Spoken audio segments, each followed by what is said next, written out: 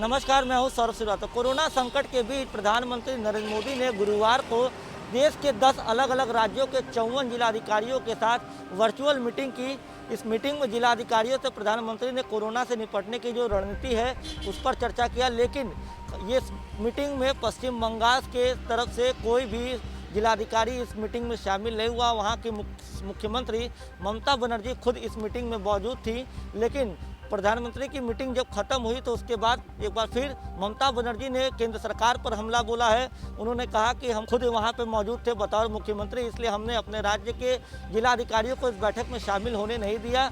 लेकिन इसके साथ ही उन्होंने ये आरोप लगाया है कि इस मीटिंग में बीजेपी राज्य के जो बीजेपी शासित राज्य हैं उनके सीएम ने अपनी बात रखी है और प्रधानमंत्री नरेंद्र मोदी ने खुद अपनी बात रखी है, लेकिन हमें नहीं बोलने दिया गया। मैं सिर्फ चुपचाप वहाँ पर बैठी रही। मुझे भी वैक्सीन को लेकर डिमांड रखनी थी, क्योंकि हमारे राज्य में पश्चिम बंगाल में वैक्सीनेशन का जो काम है वो काफ़ी धीमे चल रहा है, क्योंकि वैक्सीन हमको मिल नहीं रही। ममता बनर्जी ने आरोप लगाया है कि सिर्फ बीजेपी के कुछ सीएम और पीएम ने अपनी बात रखी, हमको बोलने नहीं दिया गया।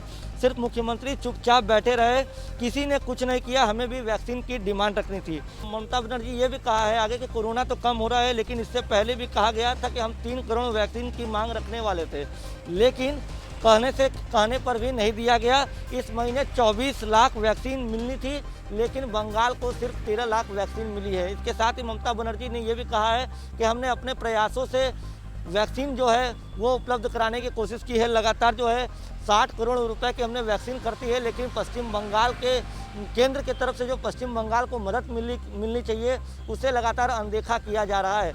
तो जिस तरीके से प्रधानमंत्री नरेंद्र मोदी खुद अब इस बात की जोर दे रहे हैं और जिलाधिकारियों की साथ ही प्रधानमंत्री की ये दूसरी मीटिंग थी, प्रधानमंत्री इस बात पर जोर दे रहे हैं, जिलाधिकारियों से भी इस बात पर चर्चा किया जा रहा है कि गांव में कोरोना वायरस न फैले, गांव संक्रमित न हो।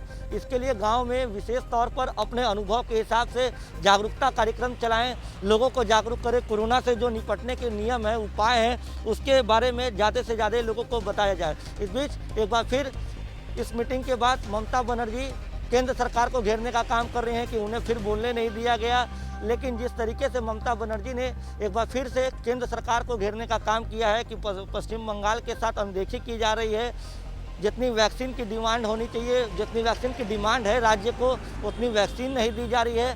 तो अब कहीं ना कहीं अब ये देखना होगा कि केंद्र सरकार की तरफ से, भारतीय जनता पार्टी की तरफ से इस पर पलटवार कौन करता है। हम आपको बताते चले, कोरोना का जो मामला है उसमें थोड़ा सा गिरावट जरूर आया है। 2,76,000 के आसपास जो है पिछले 24 घंटे कोरोना के केस आए हैं। पश्चिम बंगाल में भी कोरोना के जो लगातार केस हैं वो उसमें बढ़ोतरी देखने को मिल रही है। हालांकि राज्य में लॉकडाउन लगा है ताकि कोरोना वायरस की बढ़ती संक्रमण की चेन को तोड़ा जा सके।